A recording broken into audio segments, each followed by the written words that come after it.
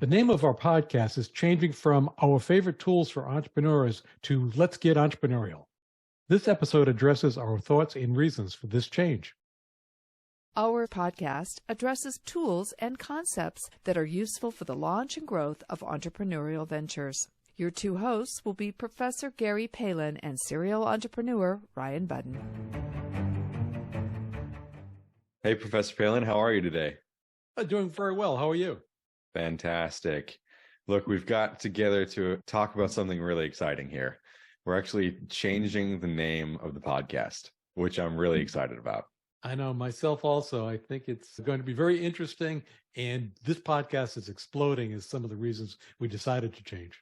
Yep. So if you're listening to us right now, you've probably seen our name as Our Favorite Tools for Entrepreneurs. And what we're changing it to is Let's Get Entrepreneurial. Absolutely. So do you want to talk a little bit about the logic behind this name change? And we can use some of the previous podcasts we've talked about to bring in why this name change is important for us and using the tools that we're on here talking about. Absolutely. I know my original thoughts with the podcast was, one is I wanted to use it as a tool for the classes that I teach. Also to share our knowledge and expertise in specific areas, tools and applications of entrepreneurship for nascent entrepreneurs. I never, in all honesty, expected it to explode to as many countries around the world where people are listening. And it struck me that many of the examples that we're giving in our experiences are US-centric.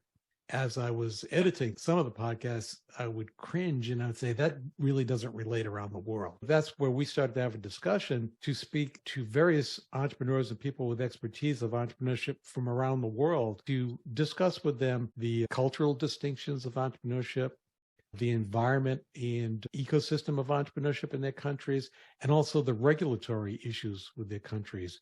As we create this section of our podcast, our name was too narrow. And that's why we moved to Let's Get Entrepreneurial, which, I've been saying for decades. Decades, since before I was a student in your classes. Yes. No, I agree. I think in particular, the word tools was limiting us. This allows us to talk about entrepreneurship a lot more broadly and to accurately reflect what the meat of the podcast is going to be about. We'll still be doing a good majority of our podcasts similar to what we've been doing with the previous, but we're going to add these episodes with an interview with people from across the globe. Our emphasis is still on takeaways. What can you listen to? What can you pick up? And what can you implement in your daily life?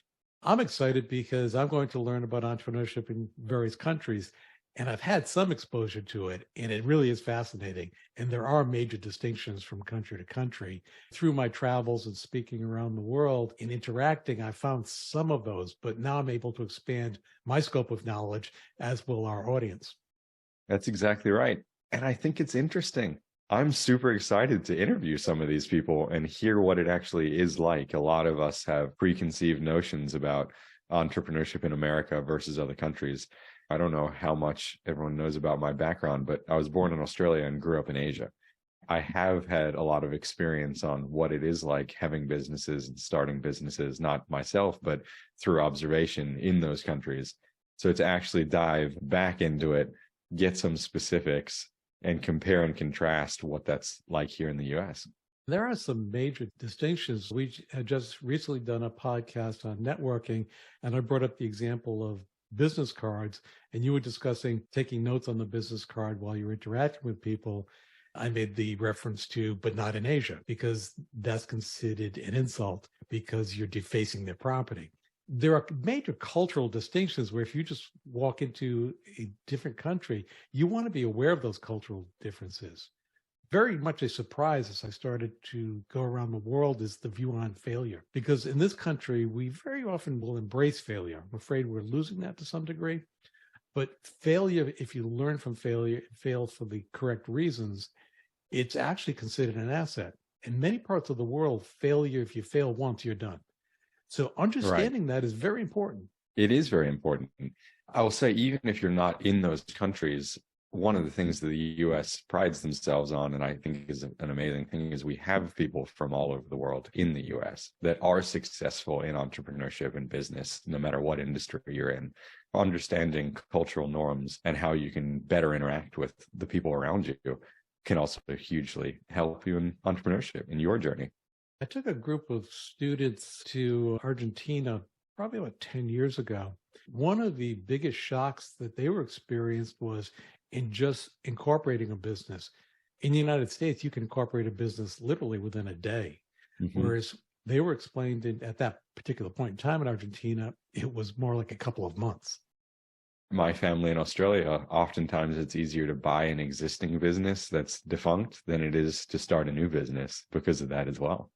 There are many subtleties along that line. So that's, in essence, is the addition to the podcast, henceforth the name change. Yep, that's exactly right. And a lot of these things are applicable here in the US. Understanding how something is different somewhere else can point out what is in place in the US. We, in private conversations, talk a lot about how to figure out what you don't know. A big way to do that is look at how it's different other places to expose that difference. And it is a global marketplace. That's exactly right. More than ever, it's absolutely undeniable that companies have farther and farther reaches. I'm very excited with this new addition and the name change for the podcast. Absolutely. I hope everyone's excited to follow along with us. Very good. Well, thanks a lot, Ryan. Appreciate it. Yep. We'll talk to you soon. Thanks for listening to our podcast. As always, you can head over to ProfSpirit.com to check out more resources and courses designed for you, the entrepreneur. Please follow us on Spotify, Apple Podcast, YouTube, and others to get the most up-to-date information as it is released.